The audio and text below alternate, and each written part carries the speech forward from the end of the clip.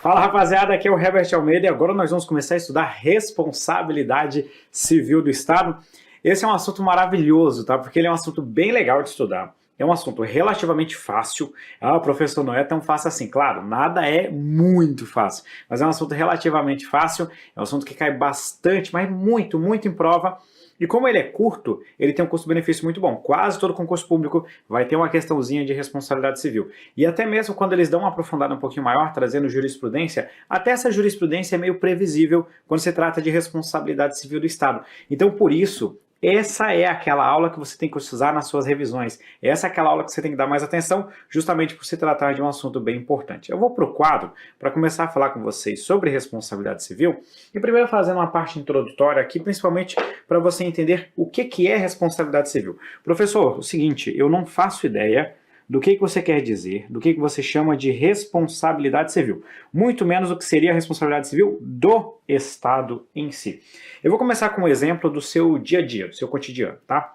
A responsabilidade civil vem basicamente de um dever de reparar danos, prejuízo. Vamos começar com a responsabilidade civil entre particulares, né? Você está ali fazendo o seu trabalho ali na sua casa, tal, aí você está lá cortando as plantas que tem na sua casa, você corta uma árvore um pouquinho mais alta, essa árvore cai no carro do seu vizinho. O que vai acontecer? Você tem uma responsabilidade civil para com o seu vizinho. Você vai ter que consertar o carro dele, reparar esse prejuízo que ele sofreu. Imagina que o carro que você danificou era um carrinho de cachorro-quente que seu vizinho usava para trabalhar, para sustentar, e você estragou o carro do cachorro-quente dele, e ele vai ter que ficar aí talvez umas 2 semanas sem poder trabalhar. Veja, além de ter que consertar o carro, você ainda vai ter que reparar esse prejuízo dos dias sem trabalhar que seu vizinho ficou. Consiga perceber que, a priori, você não vai responder por um crime, não se fala de responsabilidade penal nesse tipo de situação. A depender do caso, você até poderia ter uma responsabilidade administrativa, mas não é esse contexto, né? Perante o seu vizinho, você não vai ter nada de responsabilidade administrativa, você não vai ter que pagar uma multa para o seu vizinho, não vai ter nada disso. Mas aí tem uma terceira responsabilidade, que é a responsabilidade civil, que é o dever de reparar o dano. Então, isso aqui eu estou falando da relação entre particulares.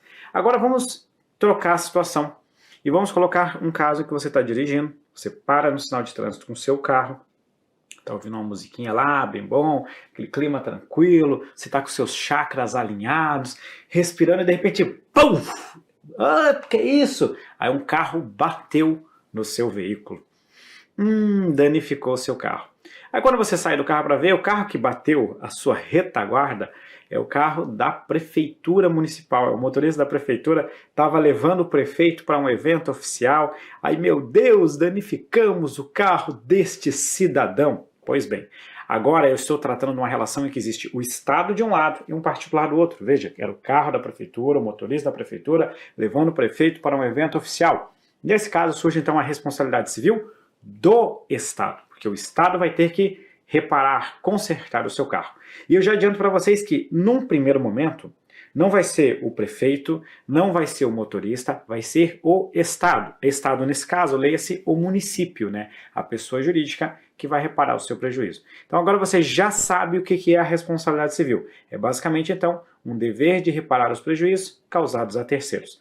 O conceito que eu vou colocar aqui no quadro para vocês é um conceito da Maria de Pietro, e a Maria de Pietro fala para a gente o seguinte: a responsabilidade civil corresponde à obrigação de reparar danos causados a terceiros em decorrência de comportamentos comissivos ou omissivos, materiais ou jurídicos, lícitos ou ilícitos, imputáveis a agentes públicos. Então, uma pessoa, um agente público, no exercício das suas atribuições, acaba causando um prejuízo a terceiros. E aí o Estado vai ter a obrigação de reparar esses danos que foram causados a terceiros. Veja que, já para adiantar para vocês, nós podemos estar falando de condutas comissivas ou omissivas, ou seja, ações e omissões do Estado. Nós podemos estar falando aqui de prejuízos patrimoniais, né, ou até mesmo jurídicos, que pode acontecer. E nós podemos decorrer de condutas lícitas ou até mesmo de comportamentos ilícitos, mas veja que mesmo que a conduta seja lícita, pode ocorrer uma responsabilidade civil do Estado. Então daqui a pouco a gente vai esclarecer melhor isso para vocês. Então vamos fazer um esquema aqui. Quero trazer para vocês aqui, então, todas essas características da tal da responsabilidade civil do Estado. Primeira coisa que eu quero trazer para vocês é que nós estamos falando, então, de uma responsabilidade de natureza... Deixa eu trocar aqui a cor da caneta. Nós estamos falando de uma responsabilidade de natureza civil. viu. Tá? Então essa é a primeira informação que eu quero trazer para vocês.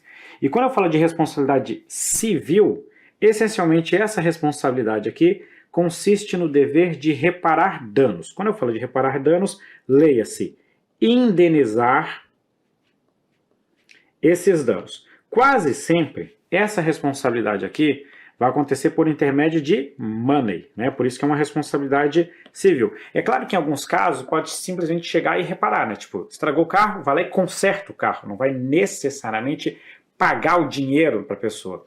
Mas quando eu falo indenizar é porque quase sempre vai acontecer dentro dessa característica. Outro ponto importante é que essa responsabilidade, ela é considerada uma responsabilidade extracontratual. Professor, o que é responsabilidade extracontratual? Então vamos lá que eu vou começar a colocar um exemplo aqui para vocês, tá? Imagina o seguinte. O Estado contratou uma empresa privada para fazer uma obra. Essa obra, a empresa estava fazendo a obra e sem querer um dos funcionários dessa empresa privada acabou danificando algo da administração pública, né? Ele foi colocar lá no negócio, estragou, derrubou durante a execução da obra. Nós temos um contrato, então uma relação contratual. Essa empresa privada vai reparar o prejuízo causado ao Estado. Existe um contrato aqui. Vamos trazer um exemplo para o nosso dia a dia aqui, tá? Eu fui lá, contratei uma empresa para me prestar determinado serviço. Contratei a empresa para pintar a minha casa. Essa empresa foi lá pintar a casa, enquanto eles pintavam um lado, eles estragaram outro. Estragaram alguma outra coisa que eu fiz. Existe um contrato meu com essa empresa privada. Então existe uma relação contratual. Logo, trata-se de responsabilidade contratual. Eu acordei com essa empresa que ela tinha que me entregar essa obra até o dia X. Ela me entregou um mês depois. Por causa disso, eu sofri uma série de prejuízos. Novamente, eu tenho um contrato, uma responsabilidade contratual. Tudo certo? Você já entendeu o que eu estou falando. Agora, você está com o seu carro parado no sinal de trânsito, veio um motorista da administração pública e abarroou o seu carro, estragou o seu carro, certo? Você tem um contrato com o Estado, com o poder público? Não, eu nunca assinei nenhum contrato com o Estado. E o Estado vai ter o dever de reparar o seu prejuízo, certo? Certo. Então veja, essa responsabilidade do Estado para com o terceiro lesionado independe de qualquer relação contratual. Por isso que nós falamos que é uma responsabilidade extracontratual. Volto a dizer, entre você parado no sinal de trânsito e o Estado que danificou seu veículo, não existe um contrato administrativo, seja qual contrato que seja. Ainda que houvesse, por exemplo, um contrato porque você é um prestador de serviço, etc. e tal, não tem qualquer relação com esse acidente de trânsito.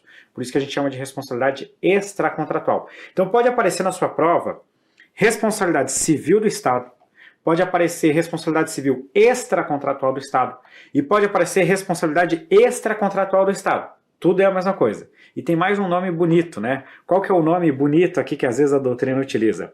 Nós chamamos isso aqui de responsabilidade aquiliana. Professor, o que é responsabilidade aquiliana? É sinônimo de responsabilidade extracontratual. Tá? Então, por enquanto, tudo tranquilo, não trouxemos nenhum elemento muito complexo. Essencialmente, essa responsabilidade, então, é um dever de realizar uma reparação do dano que o agente público causou a terceiro enquanto agia no exercício da função pública, certo? Esse dano, ele pode ser um dano que nós chamamos de dano patrimonial, tá? Dano patrimonial. Esse dano patrimonial, ele também às vezes é chamado de dano material. O que é o dano patrimonial, então? É um prejuízo material. O Estado danificou o seu carro. Isso é um prejuízo material, patrimonial. Um outro exemplo clássico que às vezes acontece. Uma senhora foi visitar o seu marido que estava preso no xadrez.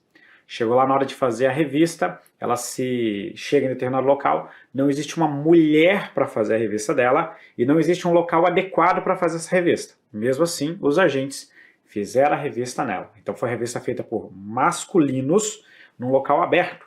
Isso é uma revista, obviamente, vexatória. Ela sofreu um prejuízo material por isso? Não. Mas ela sofreu um prejuízo moral. e o Estado terá que arcar com esse prejuízo. Então, por vezes, esse prejuízo ele acaba sendo um prejuízo de natureza moral. Então, a responsabilidade civil do Estado, ela alcança tanto o prejuízo patrimonial, quanto também o prejuízo moral. E, por fim, quando nós vamos analisar aqui as condutas dos agentes públicos, na verdade, eu estou falando aqui dos comportamentos dos agentes públicos, eu posso classificar esses comportamentos em também duas categorias, tá? Nós podemos estar falando aqui tanto de condutas comissivas. O que são comissivas? Entenda, né? Comissivas como ações.